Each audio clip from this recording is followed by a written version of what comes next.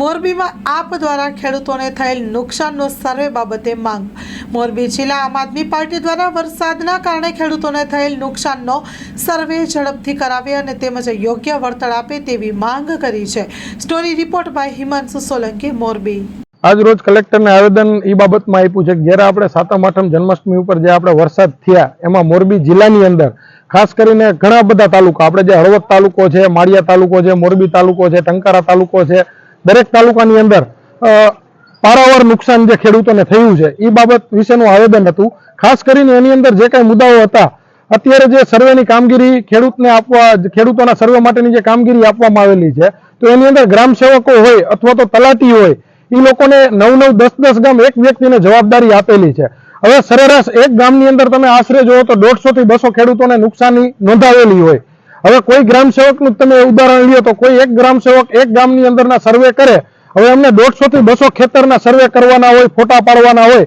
આ સર્વેમાં એક ગામના સર્વે માટે આશરે અઠવાડિયાનો સમય લાગતો હોય અને આ એક તલાટી અથવા ગ્રામ સેવકને જો 9 થી 10 ગામની જવાબદારી આપેલી હોય તો જે 10મું ગામ હોય એમના સર્વે માટે થઈને 2 મહિનાનો સમયગાળો લાગી જતો હોય છે।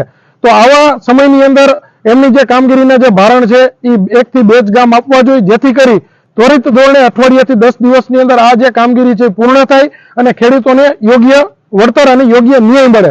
તદુપરાંત બીજી વાત એ છે કે આ ભાજપ સરકારની અંદર એમ તો જોકે એવું હોય તો કહી શકાય કે આ ભ્રષ્ટાચારી ભાજપ સરકારની અંદર ખેડૂતોને હંમેશા અન્યાય થતો આવ્યો છે અને ખેડૂતોની મજાક બનાવીને રાખી દીધેલી હોય એવી આ સરકાર વર્તન કરતી હોય છે। તો આ વખતે આ સરકારે અમને જ્યાં સુધી જાણવા મળે છે ત્યાં સુધી હેક્ટર દીઠ 12 થી 13,000 રૂપિયાનું સર્વે આપવાનું છે એવું નક્કી કરેલું હોય એવું અમને જાણવા મળ્યું છે સોર્સ માધ્યમ થકી, અને 2 હેક્ટરની મર્યાદા નક્કી કરેલી છે। 2 હેક્ટર એટલે આશરે 12 થી 12.5 વીઘા જમીન થતી હોય છે। તો જે કોઈ 20 થી 25 વીઘાનો ખેડૂત ખાતેદાર હોય અને એમને કપાસ અથવા મગફળીના વાવેતર કરેલા હોય અને એમને જે નુકસાની ગઈ હોય તો એમની સાથે કેવો અન્યાય, જળહળતો અન્યાય ગણી શકાય।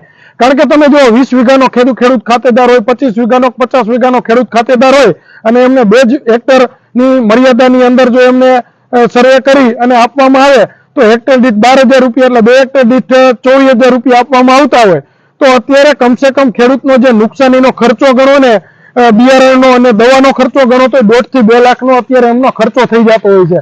તો આ સરકાર આ ખેડૂતોની આવી મજાક મસ્કરી બંધ કરે અને ખેડૂતોને યોગ્ય વળતર આપવામાં આવે અને 2 હેક્ટરની જે મર્યાદા છે, ટાંક મર્યાદા એમને વધારવામાં આવે એવી અમારી આમ આદમી પાર્ટીની માંગણી છે।